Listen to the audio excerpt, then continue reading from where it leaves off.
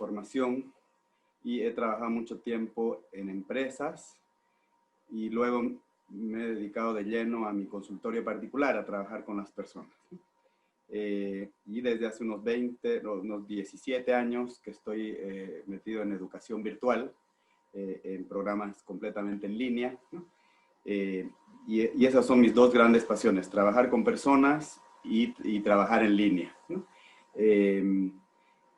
Entonces, a ver, en todo este recorrido me he dado cuenta que es importantísimo trabajar el interior de las personas para lograr lo mejor de ellas, ¿no?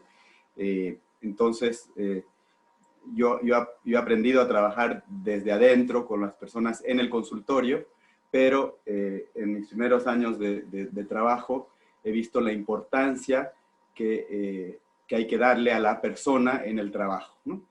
Se habla mucho de recursos humanos, sin embargo, estoy convencido que la persona no es un recurso, que la persona es el elemento más valioso de toda entidad, ¿no? Ya sea empresa, institución o lo que fuera, ¿no? Entonces es importantísimo lograr que esa persona se sienta bien y que quiera hacer las cosas con ganas, ¿no? Porque la emoción es el motor que nos mueve a hacer todo, ¿no? Que nos lleva a hacer las cosas bien o que nos lleva a hacer las cosas no tan bien. Muchísimas gracias, profesor Javier. Bueno, quisiera comenzar el tema sobre la inteligencia emocional y la gestión de emociones en el home office. Primero preguntándole sobre cuál es la principal dificultad que usted considera que existe en este cambio de ir de una oficina presencial a hacer trabajo desde casa. Hay muchas personas que les sigue costando un poco de trabajo adaptarse. Pero ¿cuál sería, para que nos ayude a identificar este cambio principal que vivimos y que vivió mucha gente a raíz del confinamiento? Bien, a ver, pensemos, los seres humanos somos seres sociales por excelencia. Vivimos siempre con los demás, crecemos con los demás, avanzamos con los demás y trabajamos con los demás, ¿no? Y de pronto nos hemos visto trabajando solos, ¿no? Entonces, esa es una primera dificultad, el estar solo, ¿no? El ya no estar en contacto con los demás permanente y estar solo frente a una computadora. Entonces incluso los horarios han variado, ¿no? Ya no es tan estricto porque ya no tengo que estar 8 en punto marcando tarjeta, ¿no? Entonces tengo que empezar a gestionar incluso eso solo, ¿no? Eso por un lado. Y por el otro lado también es el exceso de compañía para aquellos que viven en familia, ¿no? En familia tenemos que aprender a convivir con dos personas, generalmente esposo y esposa, trabajando, teletrabajando, y los hijos también teleestudiando, y todos conviviendo en un mismo ambiente, que es otra de las grandes dificultades con las que tenemos que lidiar, ¿no? Entonces, veamos que todo exceso puede ser negativo. Entonces, demasiada soledad nos puede perjudicar y demasiada comunidad, demasiada gente a mi alrededor también puede ser difícil. Entonces tenemos que aprender a gestionar estas dos cosas. Muy bien. Ahora que hablaba sobre el tema de los horarios, cómo han cambiado los horarios, quisiera preguntarle cómo es que juegan las rutinas en este entorno digital, si es a favor o en contra. A muchas personas lucharon por encontrar una rutina, digamos, propia de confinamiento, de teletrabajo. Otras personas prefirieron ser un poco más libres.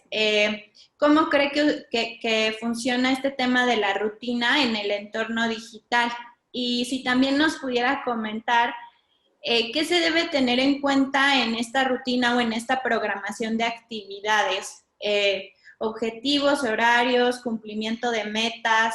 ¿Cómo deberíamos gestionarnos a nosotros mismos en este entorno digital de trabajo? A ver, es muy importante seguir manteniendo unas rutinas para estar ordenados, ¿no? Porque si no nuestra vida se vuelve bastante desordenada, se nos complica todo y podemos llegar a perder el control. Entonces, es importante tener rutinas y es importante que el resto de la familia también conozca mis rutinas, que sepa los horarios en los que yo voy a estar trabajando para que no cuenten conmigo en esos horarios, ¿no? Porque aunque yo esté en casa, no puedo yo ir a ayudar en la cocina porque estoy en reuniones, ¿no? Entonces es importante tener estas rutinas y este orden, ¿no? Como si estuviéramos prácticamente yendo a la oficina, pero desde casa, ¿no? Y es importante para la familia también, para los hijos que están en el colegio, tener estas rutinas, ¿no? Ahora, si estas rutinas son demasiado rígidas, pueden ser un peso muy fuerte, ¿no? Tanto para uno como para la familia. Entonces, es bueno tener rutinas, pero es bueno también ser flexibles. Entonces, en algunos momentos podemos ser más flexibles que cuando estamos yendo al trabajo normal. En el trabajo normal no puedo salirme a media mañana para hacer otra cosa, ¿no? Pero en este caso de emergencia podríamos ser un poco más flexibles. Pero la sugerencia es que también seamos creativos y podamos ir cambiando la rutina.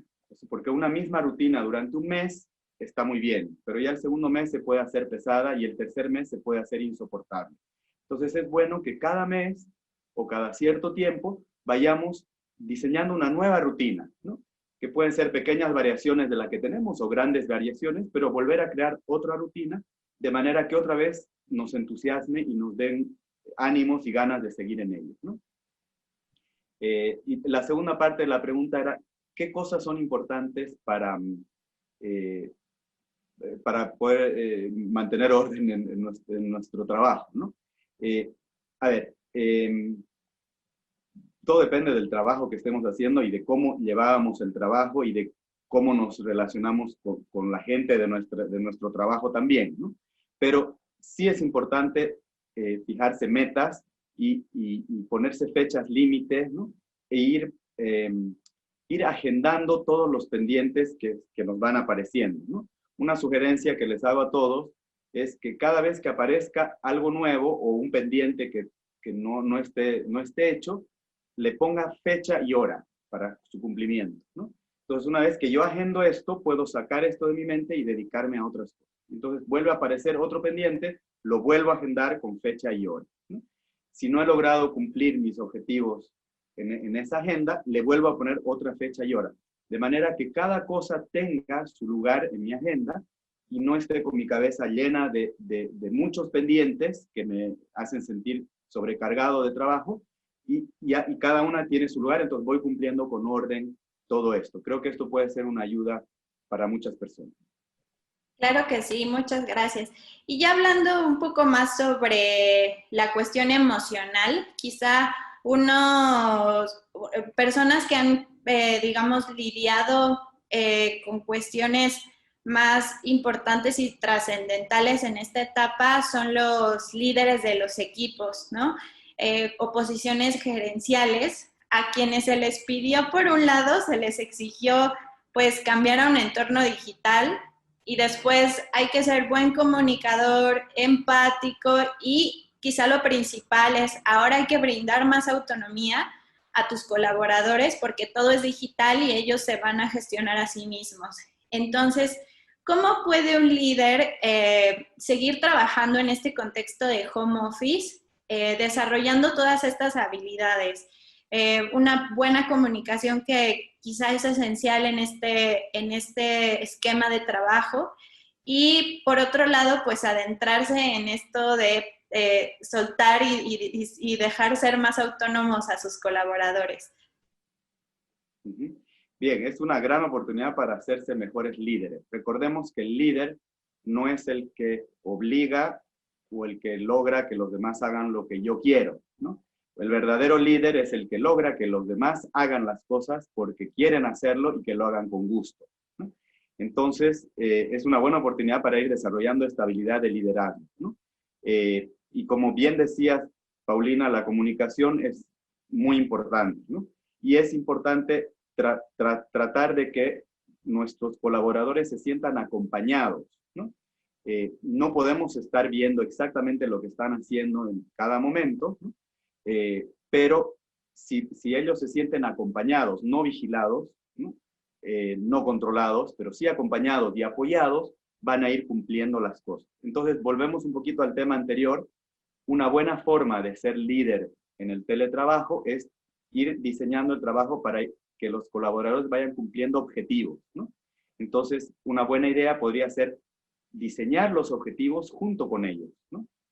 Puede ser con todo el equipo o para el equipo, y después individualmente con cada uno ir viendo qué objetivos va a ir cumpliendo cada uno. Si diseñamos los objetivos con ellos, es mucho más probable de que ellos los cumplan y los cumplan bien, porque ellos se van a sentir parte de la autoría de estos objetivos, ¿no? Si nosotros queremos diseñar todos los objetivos, va a ser un trabajo muy grande para nosotros, y encima va a ser difícil lograr que ellos también se alineen con la vista que estamos imponiendo nosotros, ¿no? Entonces, una buena idea podría ser esta: trabajar en conjunto para ir diseñando los objetivos que vamos a ir cumpliendo, ir poniendo las metas y las fechas, ¿no? Y el tema que decías, Paulina, de la comunicación es sumamente importante. A ver, a veces hay demasiadas reuniones en teletrabajo, entonces hay demasiadas reuniones, a veces puede ser excesivo y cansamos a la gente y se pierde el sentido y perdemos tiempo y energía, ¿no? Entonces, no importa que se extiendan tanto las reuniones, pero sí estar en constante comunicación, darles posibilidad a ellos de comunicarse constantemente con nosotros e ir viendo cómo podemos ayudarlos, ¿no? O sea, que sientan que estamos ahí como apoyo, que somos una guía, que somos alguien en que ellos pueden contar en el momento que tengan dificultades, ¿no? Y al comunicarnos, tratar de ser lo más cálidos posible, ¿no? Haciéndoles sentir este deseo de apoyo, ¿no? De ser un apoyo para ellos, ¿no? Exacto, correcto. Y bueno, ahora hablando sobre el tema de los colaboradores, quizá las emociones más frecuentes que se han presentado es el tema de la frustración y del estrés. ¿Cómo considera usted que los colaboradores pueden lidiar con estas barreras de la comunicación, ¿no? Que no es tan inmediata o tan clara? Con el estrés de que también quizá muchos están trabajando incluso más horas, ¿no? Que antes. Y esta frustración de no poder estar en el mismo espacio físico que sus jefes o sus compañeros y poder transmitir algo de manera inmediata. ¿Cómo podemos lidiar desde el lado de la gestión de emociones con este tipo de sentimientos? Pero es algo, es difícil, porque estamos trabajando en casa y vivimos en casa, y entonces el límite entre el trabajo y la casa y la familia y la vida privada se diluye, ¿no? Todo es lo mismo. Entonces nos produce una dificultad. Por eso son importantes las rutinas que mencionábamos, ¿no? Saber que de tal a tal hora estoy en el trabajo, nadie cuenta conmigo, pero yo tampoco cuento con los demás, y de tal a tal hora estoy fuera del trabajo y ya puedo realizar otro tipo de actividad, ¿no? Entonces eso es una idea, ¿no? Otro aspecto importante es, entonces, y también esto ayuda con la familia, que también me ayuda emocionalmente, porque salgo de la casa, aunque no haya salido de la casa, pero salgo porque estoy enfrascado en mi trabajo, en mi escritorio, con la gente de mi oficina, ¿no? Y lo mismo mi esposa y mis hijos. Otra cosa importante es no olvidarse de todos los otros aspectos importantes para el ser humano, ¿no? Físicamente todos necesitamos hacer ejercicio físico, entonces no olvidemos en nuestra rutina diaria incluir el ejercicio físico, ¿no? Depende de dónde estemos viviendo, las condiciones que tengamos, pero siempre podemos hacer algún tipo de ejercicio físico. Esto nos va a ayudar muchísimo a lidiar con el estrés, con el cansancio, y nos va a mantener de mejor ánimo y en mejor salud, justamente en esta época que necesitamos salud. Entonces es importante el ejercicio físico, ¿no? En momentos de confinamiento total, a veces no se puede salir ni siquiera a la calle, pero dentro de mi casa puedo hacer algo, ¿no? Entonces no olvidemos el ejercicio físico, no olvidemos la buena alimentación, tratar de alimentarse lo más sano posible, ¿no? Comer mucha fruta, mucha verdura, pocos hidratos de carbono, y tomar mucha agua durante el día. Todo esto nos ayuda a ir lidiando con el estrés porque nos hace sentirnos mejor. Y no olvidarse también del descanso. El descanso es muy importante, ¿no? Si vamos a estar teletrabajando 24 horas al día, 7 días a la semana, probablemente en algún momento explotemos, ¿no?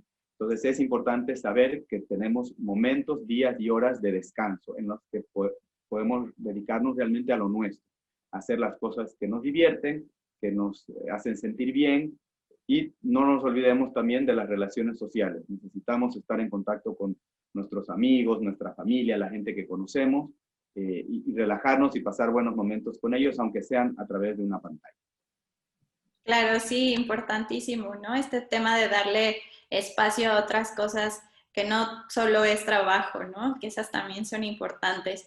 Y bueno, quizás dos emociones o sentimientos muy comunes en este momento son la incertidumbre y el miedo. ¿Cómo podemos vencer o quizá trabajar al lado de la incertidumbre y el miedo en este entorno de trabajo de home office, donde muchas personas tienen, por ejemplo, dudas sobre si están haciendo bien su trabajo o si les van a despedir porque a muchos compañeros les han despedido de sus trabajos o porque la situación económica no es la mejor? En este punto, ¿qué nos aconsejaría usted para poder trabajar con el miedo y la incertidumbre en nuestros entornos laborales? Bien, en primer lugar, para los líderes y los jefes, ayudar a la gente a sentirse segura, ¿no? Darle la seguridad, ¿no? Necesaria y posible, ¿no? Si sabemos que no vamos a hacer despidos, por ejemplo, entonces realmente asegurar a nuestra gente que no va a haber despidos, ¿no? Pero otra manera de lograr seguridad en nuestra gente, en la gente que dirigimos, es esta retroalimentación constante, ayudarlos a sentirse acompañados, ¿no? Ver qué están haciendo, cómo lo están haciendo y aconsejarlos de cómo podrían ir mejorando, ¿no? Si yo veo que mi jefe constantemente está viendo lo que yo hago y va aprobando y me da algunas ideas de cómo mejorar y yo también le comunico cómo voy mejorando, entonces me voy sintiendo más seguro, ¿no? Y yo, como empleado, por mi lado, también el consejo que les doy a todos mis pacientes es: no nos preocupemos tanto por cosas que a lo mejor nunca sucedan, ¿sí? Muchas veces en la vida nos vamos preocupando por muchas cosas y al final muchas de ellas no suceden, pero ya perdimos mucho tiempo y energía sufriendo por algo que nunca sucedió, ¿no? Entonces, el momento que suceda, probablemente tendré que afrontarlo y hacer y sufrir y salir adelante, ¿no? Pero antes, dedicarme de lleno a lo que tengo ya en este momento, ¿no? Entonces, intentar trabajar lo mejor posible, intentar llevarme lo mejor posible con mi familia, ¿no? Intentar divertirme lo mejor posible, intentar hacer lo mejor posible el deporte que esté haciendo o el ejercicio físico que esté haciendo. Entonces, si siento que todo lo estoy haciendo lo mejor posible, me voy sintiendo bien, me sube el ánimo y estoy mejor, ¿no? No estar colgado de las noticias todo el tiempo, de las noticias sobre la enfermedad, de las noticias sobre el coronavirus, de las noticias sobre el ambiente político, económico, ¿no? No voy a dejar de informarme, pero no estar todo el día y todo el tiempo pendiente de ello, ¿no? En mis momentos de ocio, puedo tomar algún tiempo de ese momento de ocio para informarme y después cortar y dedicarme a otras cosas y no estar todo el tiempo metido en ello, porque eso sí me va a causar bastante estrés, ¿no? Exacto. Y hablaba nuevamente usted sobre los líderes, sobre los directivos. ¿Qué papel considera usted que juega la inteligencia emocional en estas figuras gerenciales que les va a permitir salir con el menor daño posible o incluso fortalecidos de esta etapa? Bien, la inteligencia emocional consiste en reconocer las propias emociones y poder manejarlas lo mejor posible para nuestro beneficio, ¿no? Y también consiste en reconocer las emociones en los demás para poder comunicarnos y relacionarnos mejor con los demás, ¿no? Entonces, es importante que los líderes vayan identificando qué es lo que están sintiendo en este momento para poder también reconocer en la gente con la que ellos trabajan qué emociones pueden estar ellos experimentando que probablemente sean muy parecidas también, ¿no? Entonces van a poder acompañarlos mejor y van a poder ayudarlos a superar todo eso, ¿no? Entonces recuerden que inteligencia emocional es reconocer mis emociones, pero a partir de ello también reconocer las emociones y sentimientos que pueden estar experimentando los otros, ¿no? Es más complicado darme cuenta lo que le puede estar pasando a otro a través del teletrabajo, donde a veces me comunico solamente por correo electrónico, ¿no? Entonces, no olvidemos de seguir siendo humanos, ¿no? No somos solo jefes o gerentes, ¿no? Entonces, decir, ¿cómo está usted? ¿Cómo está su familia? Cuénteme cómo se está sintiendo. Tomarme unos segundos de nuestras conversaciones diarias para acercarme al otro solamente como persona, ¿no? Y también contar lo mío. Mira, a mí me está pasando esto, ¿no? ¿Cómo le está yendo a usted? ¿No? Entonces, cuando alguien me cuenta algo suyo, es más probable que yo también me anime a contar lo mío, ¿no? Entonces, un jefe que cuenta sus emociones a sus colaboradores, probablemente logre que ellos también les cuenten las suyas y entonces él va a saber cómo ayudarlos mejor. Y a lo mejor se va a dar cuenta de cosas muy importantes para el trabajo y para la empresa. Claro, qué buen tip, ¿no? También hablar de nuestras propias emociones y más en estos, digamos, puestos altos de responsabilidad en los que no sucede muy a menudo, ¿no? Exactamente, porque tenemos la visión de que si yo cuento mis emociones, me estoy mostrando débil y entonces los demás me ven como alguien débil, cuando en realidad lo que sucede es completamente lo contrario, ¿no? Cuando alguien muestra sus debilidades a los demás, se fortalece frente a ellos, ¿no? Y los demás empiezan a admirarlo y a respetarlo más, ¿no? En cambio, cuando yo oculto mis debilidades, muchas veces los demás sienten algo y la cosa empieza a no funcionar tan bien, ¿no? Entonces, no hay que tener miedo a, a expresar lo que uno siente y lo que a uno le pasa, ¿no? Porque lo más probable es que recibamos del otro lado lo mismo y entonces la relación empieza a mejorar en todo sentido. Claro que sí. Muy bien. Y bueno, hemos hablado sobre los puntos, digamos, feos del teletrabajo, de esta transición, pero sin duda creo que también, como usted comentaba, es una gran oportunidad para fortalecer muchas habilidades. ¿Cuáles considera que son estas habilidades que vamos a tener oportunidad de fortalecer en este esquema de teletrabajo para verle el lado positivo? A ver, obviamente, como toda situación, siempre hay dos caras, ¿no? Entonces puede haber una cara que sea menos positiva y otra puede ser muy positiva, ¿no? Eh, para las personas que están teletrabajando, la oportunidad de poder compartir con sus familias 24 horas al día, ¿no? Puede ser algo muy importante, ¿no? Darme cuenta qué es lo que hacen mis hijos, cómo se relacionan mis hijos con sus amigos, cosas que antes no teníamos la oportunidad porque ellos van al colegio y se relacionan ahí con sus compañeros, ¿no? En cambio ahora al estar en casa, puedo ver cuál es el tipo de relación que ellos tienen, cómo se llevan, ¿no? ¿Qué hablan? ¿Cómo se comportan en clases? ¿No?